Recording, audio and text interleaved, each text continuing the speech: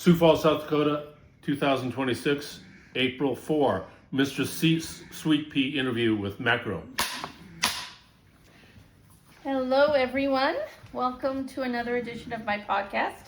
Today we are in Sioux Falls, South Dakota, and I will be doing an interview with Macro, who is a director of 35 millimeter film, which is really hard and very, not hard, which is very, you don't find a lot of today.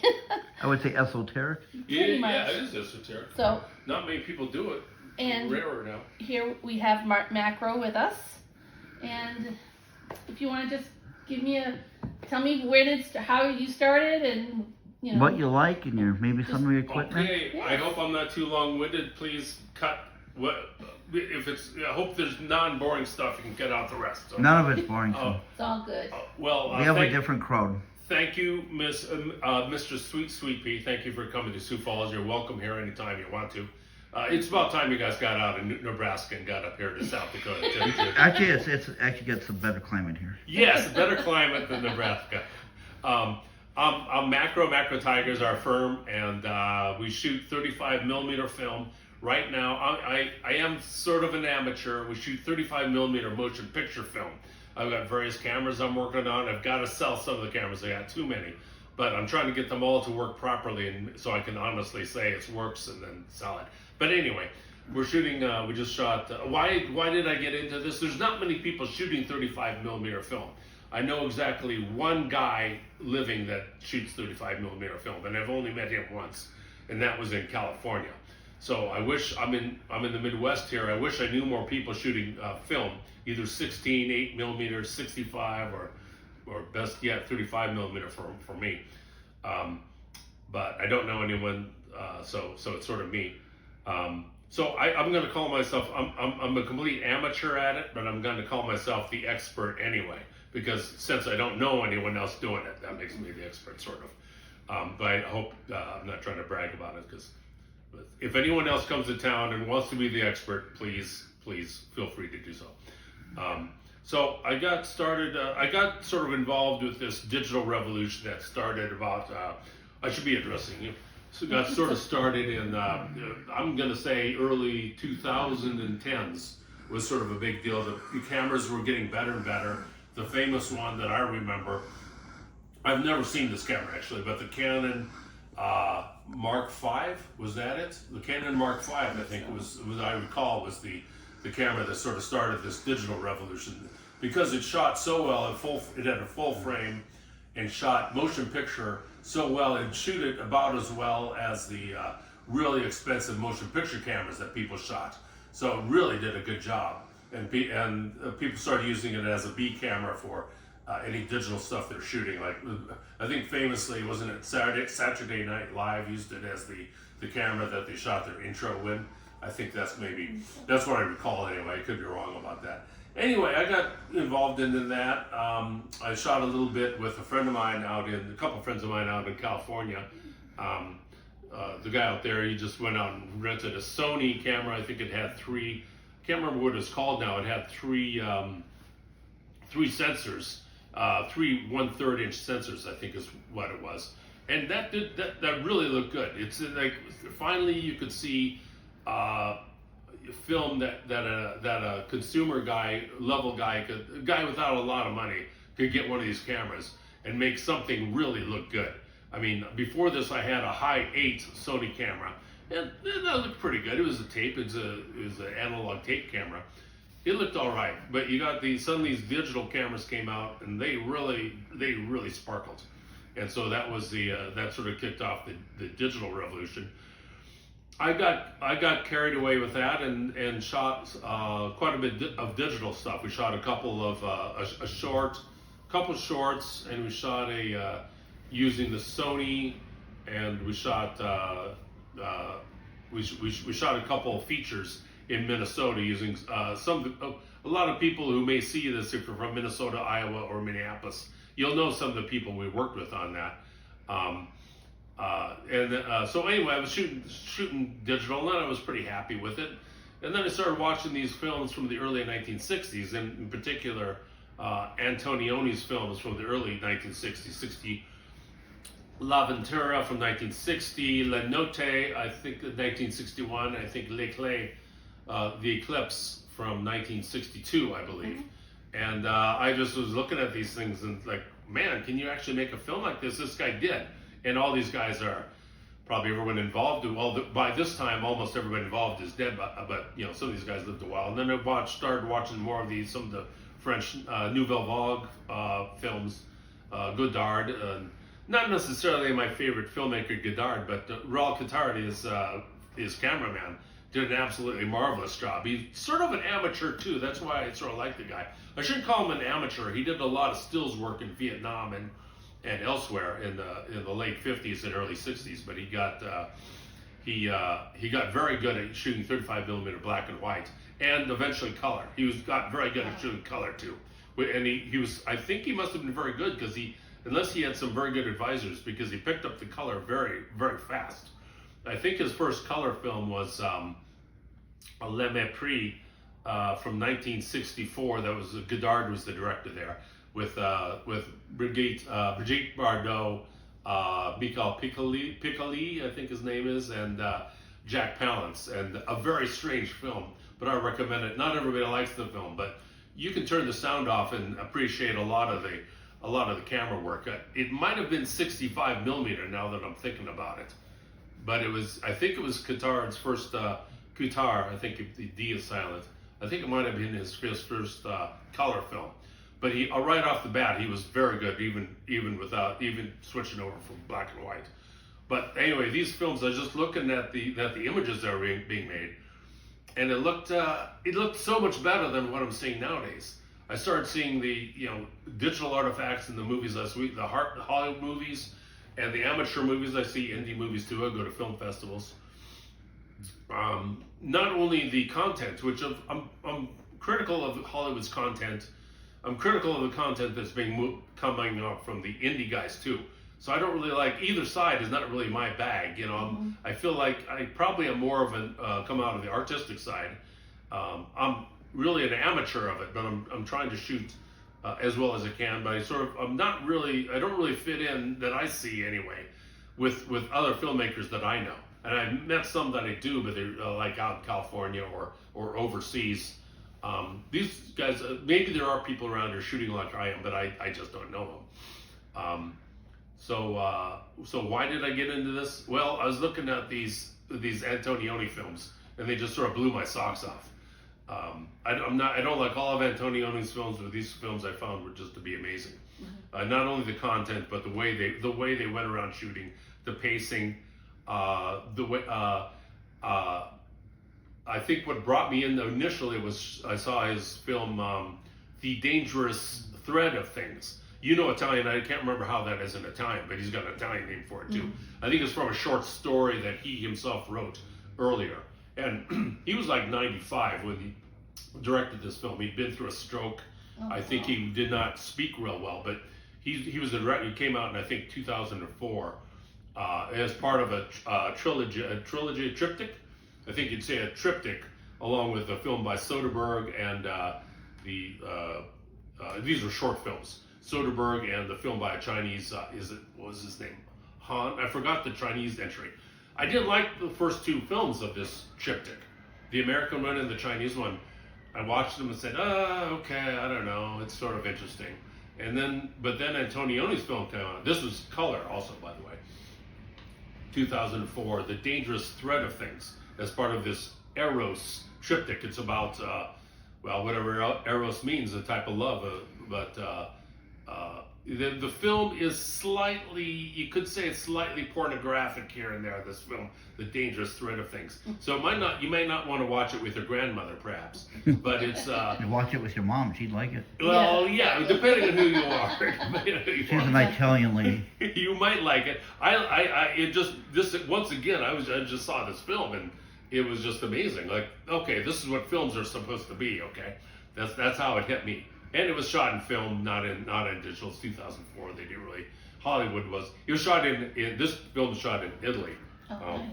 But it's it was shot by people that knew what they were doing. These guys were pros, and they weren't yet using digital stuff yet. So these are the films that brought me in. That I just started watching these things and going, man, I gotta stop shooting digital. I started seeing stuff in digital, and it was starting to make me feel sort of queasy. I still do shoot. My public persona is somebody who's very snarky about digital stuff. That does not. In truth, I myself shoot digital too. Sometimes and privately that's what I do. But publicly, I like to be sort of a pompous jerk about it and make fun of digital stuff. I do that too. So there's a public persona and there's a private persona. Private, I do shoot digital, but I like to pretend like I'm a complete snob and shoot only black and white motion picture. There's a reason to shoot black and white motion picture. There's a reason to do it. You can't get the look on it. It looks somehow people shoot digital and try to make it look like it's not the film. same. Somehow it looks buttery. Somehow it looks wrong. I can't tell you why it is, but it is. So anyway, plus I found it to be I'm trying to be serious about my films, that somehow I felt this was the way to do it, to go to black and white, 35 millimeter. I have shot a little 16 millimeter when I was a kid. I would like to shoot 65 millimeter. I can't afford it. I would like to rent a camera sometime and try it. Or what is it? Is it CinemaScope? I keep forgetting what it's called. The CinemaScope one. Yeah, that goes where the film goes sideways like they did for a couple recent films. Now. And there's Panorama. Panorama. I would like to shoot some of these bigger formats, but right now it's 35 millimeter, and I'm like Woodstock was done on a really interesting camera style too. What was that camera? I think they used Paramount, but they did it a different way, and they had multiple screens at once and to the sides and. Oh, I remember the film. Yeah, they shot. Yeah, right. Yeah, I remember the film. And some theaters that were set up with it, it was incredible. Wow. I'd never been in one, but. Yeah, I haven't either. I didn't know they. So they use several projectors for the film. That I have not seen happen. I think it would be tough. You'd have to be good to synchronize them all. Yes, you would. They did the best they could with it for the time period. Well, people got good at that stuff. That's for sure. You've seen the Woodstock movie, haven't you? I have seen it. I didn't realize it was on. It was shot in that way you're talking. I'm pretty sure it's Paramount. I could be wrong. Don't count me as an expert. I read a lot in my life. Won't be surprised. Well, anyway, we've shot a little bit on 35 millimeter. I'm using black and white. I just got some film back from New Bedford, from Cinelab in New Bedford, Massachusetts. And the recent stuff I got back was just tests. I was shooting some color film, and it came out absolutely terrible. So I'm going back to doing black and white stuff now until I get good enough at when I think I can shoot the color film. That was 50D, Kodak 50D. I believe Kodak is the last guys around making any motion picture film. So I'm going back to shooting Kodak 5222. If you see anything shot in black and white, it's almost certainly was shot in Kodak 5222, unless it was reversal film, which is 16 millimeter. What's the current going rate on 5222? Let's see. If you get no discounts, I think it's 306. It's a little less than $1 per foot. Okay. I think it's $365 maybe for 400 feet. That's 35 millimeter. Mm-hmm. It's a little less, but it's a little less for 16 millimeter. They call that 7222. That's 16 millimeter. 400 feet of that might be like $260 or something like that. And then you have to have it developed, of course, after you shoot it. And that will be also maybe 60 cents, 70 cents a foot. That's too expensive. I wouldn't try that. Yeah. I used to develop film, but at that price for film, I don't want to try. It's costly. So I don't try to shoot. I try to be very economical and not screw up my shots. And that's one reason I'm going back to 5222, because I really don't want to be messing around with something I could screw up much. I don't want to get the film back and have it be like overly blue or overly yellow. Yeah. I mean, people do that artistically, but it's not I want it to look like who I feel is probably the best guy alive nowadays, Robert Richardson. I mean, I'm not going to be able to shoot as well as he is. Okay, I'm not going to pretend that I can. But for my money, he doesn't put any fog in his pictures like everybody else. They like to put atmosphere into their movie they'll put a fog machine behind me or something like that. To my eye, that just looks terrible. Robert Richardson, I've never seen him do that once. He just shoots. He tries to put a light the set as well as he can, and gets the colors that he wants. He uses, I think he uses a range from 50D to 500T film. He uses a range of films, but there's hardly a cell that looks bad with his shots. Of course, he's working with the most expensive guys there are in the world, and I'm working with myself. I mean, it's basically me for my stuff. So anyway, I would like to shoot like he does, but I'll probably never be even close as good. But anyway, that's what's inspired me. Raul Qatar and Robert Richardson. These are the guys that I would aspire to be like. Although I don't have the budget to do or the know-how to do quite as good as they did. But I'm doing my best, and some of our stuff works out, some of it doesn't. Like I was telling. Ends up on a cutting room floor. Sadly, it should, but it ends up in the film anyway. Well, that happens. I wish I could say it ended up, but I can't afford to put it on the cutting room. It's got to make it into the film. Like I was telling you guys, we shot with my 2-per camera. It's a Mitchell Mark II. It was altered by Bruce McNaughton in Australia. I think it's Adela. I can't remember the name of his firm, but he's well known in film mechanics. He altered this camera to shoot 2 perforations. It's only half. That's like if this is a frame of if this is the Academy frame 4x3, the 2-perf only takes half a frame at a time. So a 2-perf is only this much, and it makes for a wider, narrower cell going through at 24 frames a second. So so you use half as much film. Well, anyway, my camera is double exposing on the top and bottom of the frame. It still can look very good, but it doesn't. People who know what they're looking, it's obviously not right. Okay, but as an artistic affectation, I think you guys were suggesting, maybe it's it works out. In fact, I have to use it, so because I don't want to reshoot the material. But anyway, in fact, I've done an example of that. So these are some of the errors I make as a filmmaker, since I'm extremely low budget, and also I'm extremely low budget, and also make a lot of errors. Oh, here's my first. Here's the one cell from a 16mm film we shot. We used some of this in Land of Sky Blue Waters. I forgot the name of this actress. She was a dancer, which I think is always a good thing to have in an actress. Yes, because they can move fluidly. Yes, move with grace. Exactly. That's the right word. Yes. And it's good for actors too, not just actresses. But anyway, this was a little bit of dance stuff we did. I was pretty happy with that. I was not the cameraman for that. That was a guy from Boulder, Colorado. I forgot his name too. I'll show you a couple of cells that we've shot. Is this the sort of stuff we should be talking about, or should we? Yeah, Eddie. Yeah, all this stuff. We love it. Okay. And we got a different type of crowd. We go as far as Glasgow, England for a crowd already. Oh, okay. See, these are beautiful. Well, these are not mine. I wish these were mine. Okay. I think that's Claudia Schiffer, and who's that Chicago model? She used to be the biggest thing. Oh my gosh. They're all still around it. I totally. Yeah, well, everybody knows who she is. I forgot her name. I can't think of it right now either. I wish I remember. She had that famous mole right by her Yep, mouth. I remember that. I can't remember the deal behind her, but anyway, she was the #1 thing for a while. These are obviously not my shots, but I wish I could shoot these. I don't know. These aren't my stuff. These are inspirations. Okay, that's what I'm going to say for them. These are what I'm trying to do. Even with motion, these are not motion picture. These are stills. There's a 35mm still here, and this is probably a medium format on top with Steve McQueen and his Jaguar. This is Van Nuys Boulevard on the bottom here in the 1972. I don't know what the top one is here.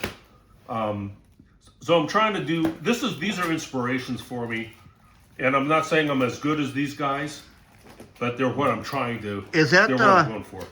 Can you go back to the 2 pictures there? Is that Hieronymus Bosch? No. Oh, because you had one after that, it looked like him. This is Francois Hardy and Brigitte Bardot. I don't know why I'm showing Brigitte this. Bardot, Yeah, You exactly. still need to, They're nice photos, okay? They're gorgeous. Oh yeah. There's one after that. It was a painting. Oh, let me see what that is. There was one in front, maybe. It was after those. Farrah Fawcett. Farrah Fawcett. I remember in my neighborhood, the dads used to like Farrah. Claudia Schiffer again, and this is who I'd like to be like Peter First, which is the one the one here in Gao. I can't know where that is, somewhere in the South Pacific, I think.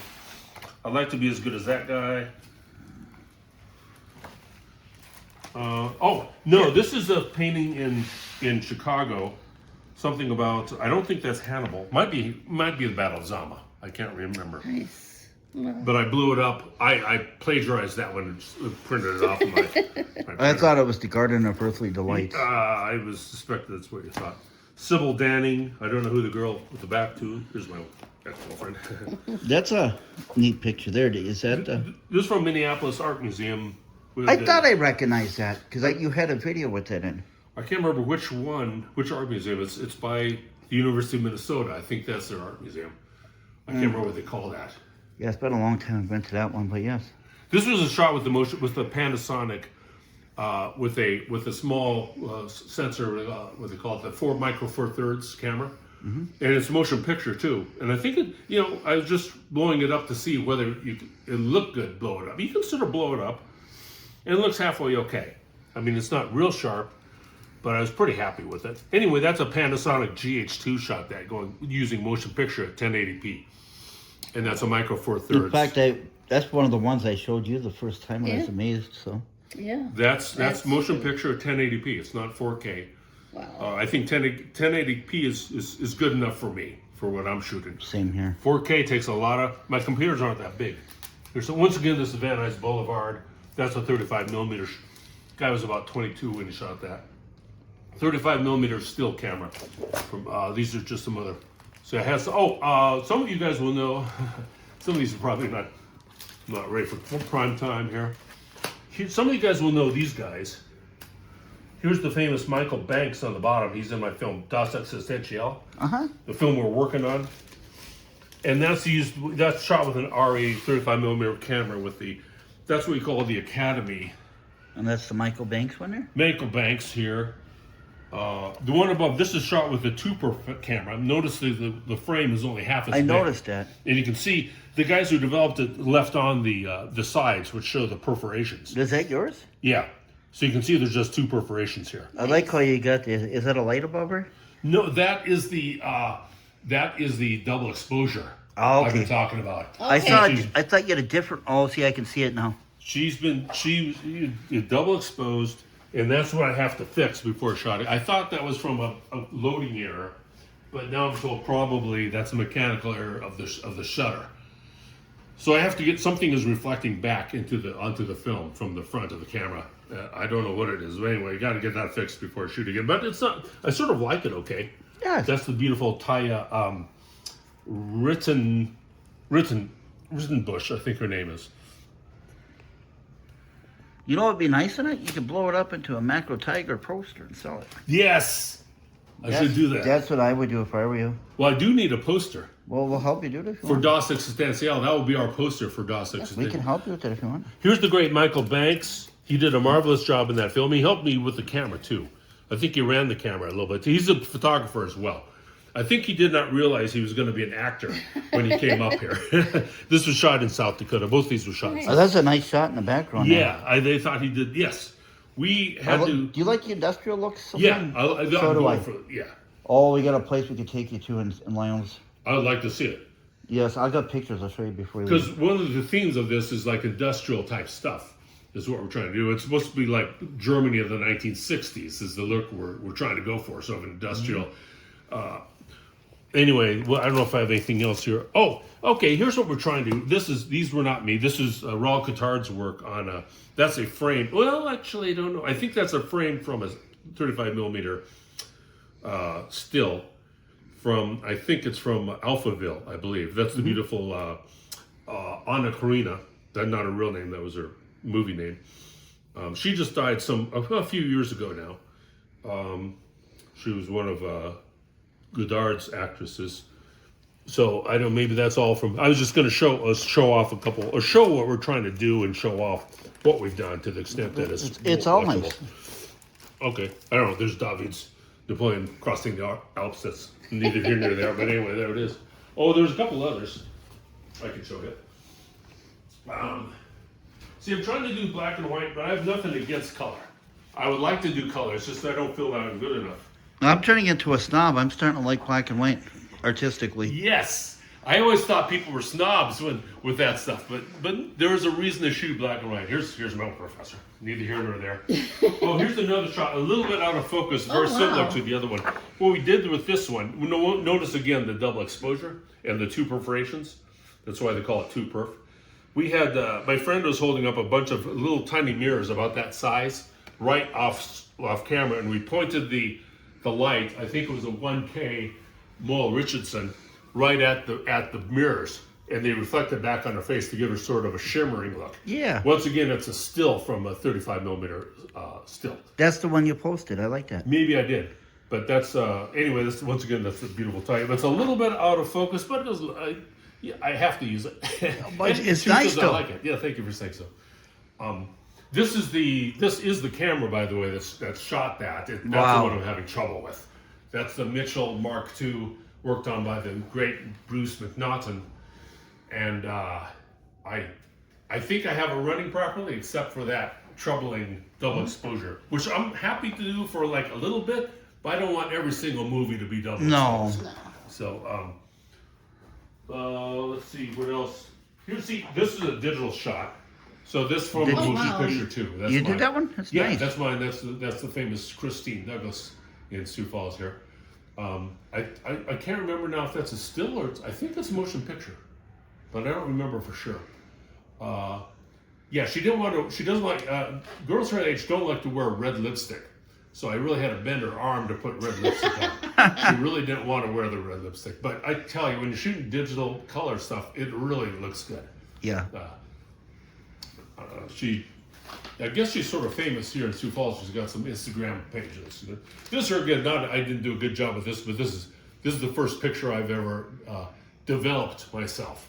Has nothing to Nice. do with motion picture. Did but you develop it by yourself? Or? I did. I miss doing that. I've only done like 4. We should do some together sometime. I've got the equipment for it. I'm not saying it's a great shot. I'm just saying. No, I think Oh, here she is. This is the best shot I've ever done. This made you look not that impressive, but it is the most. It is. I'm going to say the best motion. yes. picture I that remember that that one one. is incredible. And I had Cheryl kind of do that in KC, similar, and it worked out pretty good. Yeah. I'm not telling you this most complex shot of all time. She just. I had like 20 feet of film left on my reel. I said, okay, I don't know, Christine, let's run out this reel. I was shooting some stills of her. And then that's right, I got this camera with film on it. I want to send it in. Just sit down in that chair, that Vasily chair, and say Macro Tiger Productions. And the light was coming, it was like August, about 5 o'clock. This is the light coming in from the west. And I had a bounce card over here, put a bounce card behind her. And she did it, and I'm not bragging. It's the best stuff I've shot. I mean, it's sort of in focus, and she looks halfway. I mean, she looks pretty good. So that's the best shot I've ever. Let's see, what's this? What? I wish this were mine. It's not mine. I don't know what to tell you. That's okay. Maybe that's all the examples. Have any more examples of our work? I don't think I have any more examples of our work right out ready. That would be if you did a talk show. That little head up there would be a nice thing on a table next to you by a cup of coffee. Everybody likes the helmet. If you did a talk show, that'd be nice next to you. Yes, I need to do that. I don't know what else to say. Here's a 16 millimeter camera. If you've done any 16 millimeter film, you know of these. This is a Yes, I do. Bolex. Make sure I put it the right way, with a French lens on it. I haven't used this one so much yet, but I want to. I got some 16 millimeter cameras because they're cheaper to run film through, and I want to save. I'm trying to save money on my shots. Well, you have to. It's expensive. What else do I have? RE cameras up here is an RE2B, and this is the RE. I don't know, RE2, possibly an RE2A. I don't know how old it is, or it might have been a German propaganda. It might have been a Wehrmacht propaganda camera. It's possible. But I bought it from Arizona. Is who sent it up. I don't know what else is interesting to talk. This is what we're trying to do. We're trying to shoot small, very short 35 millimeter black and white films. That's what we're working on right now. I would like to do one with you. Please come up and do it. Yeah, And we please will. come on. I want to collaborate every detail with you, though. Please do that. Mutual input. It's a lot of the work is figuring out the lighting. As if you've been on a movie set, we spend a lot of time on that, probably too much. You got more experience there than I dabble in it. That's why I'm doing my stills, is I'm trying to figure out how to do Do you the know who I lighting. want to emulate? I don't know how to pronounce his last name. I loved his movies for a long time. Andre T. Bresson? No. It starts with a T, I think. Tchaikovsky. Oh, the Russian guy? Yes. Yeah. He does brilliant lighting techniques. Yes, very well liked. Some of the Russians were extremely good. I mean, in every country, you got some guys that are really, really good. Yeah, he's beyond belief. The Hollywood guys are very good, and then you go to see what these Russian guys are doing. Where did they get the experience? But they know what they're doing. And the Italians, the French, these guys know how to shoot film. Even some of the I shouldn't say even some of the South Americans, but I don't think of them as having a lot of experience. But they must, because you get the best guys from these countries, and they know they really make stuff look good. And the lighting is a big deal, especially if you're shooting 35 millimeter. No, as you know, Cheryl's from Boston, and some of her friends, I think they go to Harvard. What Immaculate Room, is that the one? Yes, the movie, The Immaculate Room. It was all done in white, and If I highly recommend watching it, just watch it for the cinematography of it. Just watch how it's filmed. It's amazing. and it's in an all right room for the most part. Okay. And it doesn't. It's a philosophical film. All right. And it does well in certain realms, but in others it was a flop. But now it's becoming popular, really popular Especially again. how it's And it's not that old. No, it's 2003. No, maybe a little more than that. I'm not sure. I forget what. I think it was 2012 or I don't remember. It was in the 2000s that it came out. But You would like it. I would watch it. Let's write that one down. I want to see Yeah, I definitely recommend it. And you might not like it, but I'm just assuming you would. But even if you don't like the plot, just The camera the technique. camera techniques are out of this world. And the sound techniques. Well, it's gotten to the point now. As I see a film, I don't really. I don't always think, do I like it or not? I always try to find something I like about it. Yeah. Like one actor, okay, I like that actor, or one good scene that's been properly lit in an interesting way that looks cool. That's good enough for me. This film Nouvelle Vague came out recently, like I think it was 2025. That was what's the name of the Linklater. Was the director for that one. He's done some very interesting work. I like this film from his high school days, from the 1970s. It was the rock and roll film. that was very funny. But he's this one. Okay, this is how hard it is to shoot in 35 millimeters. That he's trying to replicate the very look of that of the movie. Let's see. It's got a different term in what's the name of this film from 1960? From 1960, Breathless. Oh, yes. And he's trying to replicate the look of Breathless. He's trying to shoot a movie. It's a movie about making the movie Breathless. Breathless. What they decided to do is shoot it in digital, and then add some 35 millimeter aspects to it later in the editing process. So I mean, even those guys trying to replicate a film. I mean, they've got a budget, like a $10 million budget, I think. Even those guys decided to shoot digital as opposed to film, which I think was an error for that guy. I don't know why. I've not heard an explanation for why he did that, actually. Was it a budget issue, or they didn't really know how to work with the film? It is harder to work with film. So that might be the deal. Going forward for what we're trying to do, okay, I've shot these digital films, Land of Sky Blue Water. I did watch that one, by the way. You had it online? Oh, at least part of it. I didn't see the whole thing. Okay. I like the camera shots. That was Cliff Edgett had a lot to do with that. He was the cameraman on that. He's got a very good eye. He's an artist himself. I could tell. He's an actor. I think he considers himself an actor more than a cameraman. He has a really good eye for that stuff. Anyway, Rosecrans Boulevard and a couple other films. Wasn't that one in Minnesota too, or? Yes, Minnesota and Wisconsin. That was both of those two were. And we shot Alpha Macro. That's a 5-6 minute film. We shot that in Baraboo, Wisconsin. Yeah, that's I. A Yeah. little tiny bit in Iowa, and then but Baraboo and then Delano, Minnesota is where we shot that. Once again, that's 35 millimeter, and I was pretty happy. I was pretty happy with the way it turned out. We had the beautiful Selena Wyatt in it. Fred Mithun was. These were the stars of it.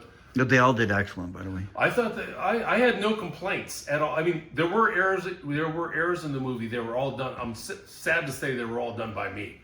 Every error that happened in that was done by me. It happens. Yeah. Well, there's almost no way not to make errors when you're trying to. But anyway, so I'm happy with it. All it is an experiment. I'm not trying to tell you it's the most interesting film of all time, but all it is an experiment in shooting 35 millimeter film. That's what it is. So it's part of a trilogy. We're shooting right now Das Existencial, which I hope you guys will lend a hand to.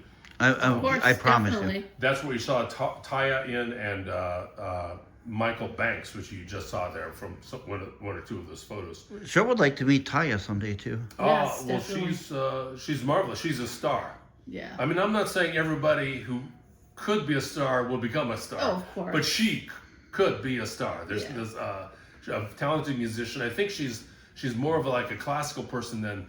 I don't know if she's really interested in being an actress. I'm going to say maybe not. That's not where she's pushing herself right now. Very good singer, very good musician.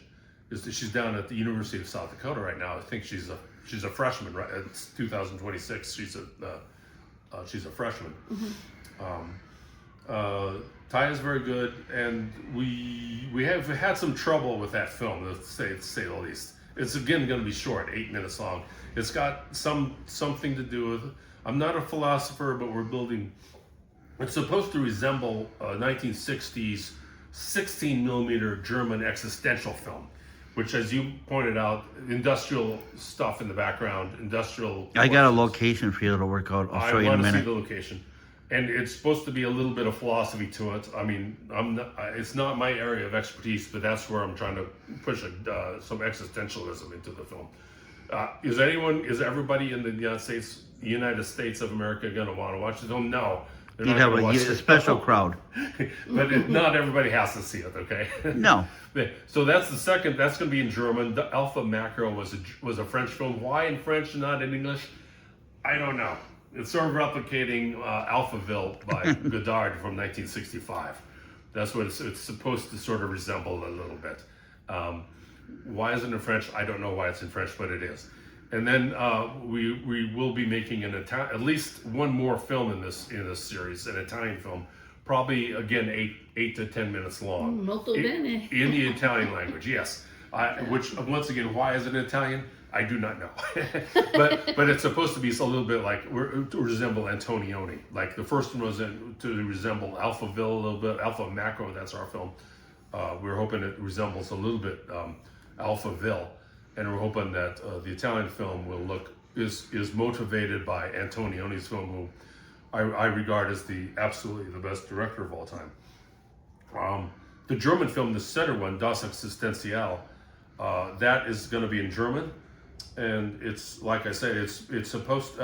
It's motivated by films that I think maybe they do not even exist anymore, but 16 millimeter films. We're shooting 35, but 16 millimeter films from the 1960s existential German art films is what it's supposed to be motivated by a little bit. So I don't know, maybe, I hope I'm not been too long-winded about what we're doing. No, we love it all, and we can do many series. You can even do phone ones. Yep. Okay, Yeah, sure. if you don't mind us recording, we just have a phone. We'll put one of your pictures up. And Okay, marvelous. if you're interested. Yeah. Well, thank you guys for coming up and showing some interest in this. Not many people are interested in what you're doing. I gotta tell you, but I'm happy. I'm extremely happy. We to have find our own somebody type of crowd too, and Yeah. Yeah.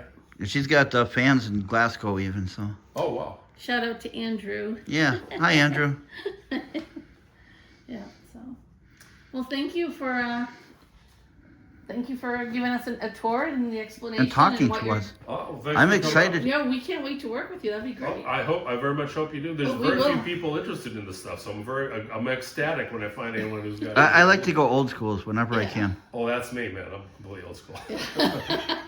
and I get bored with the digital stuff. And she'll tell you I get bored easy, and I'm always on a new thing. I stay in one category though, and I like to stick with something too. But if it's too easy, I get bored. Cool. All right, Nice well, work. Nice seeing you today. Thanks for coming up. Come up anytime. We will. Have a good day. Bye.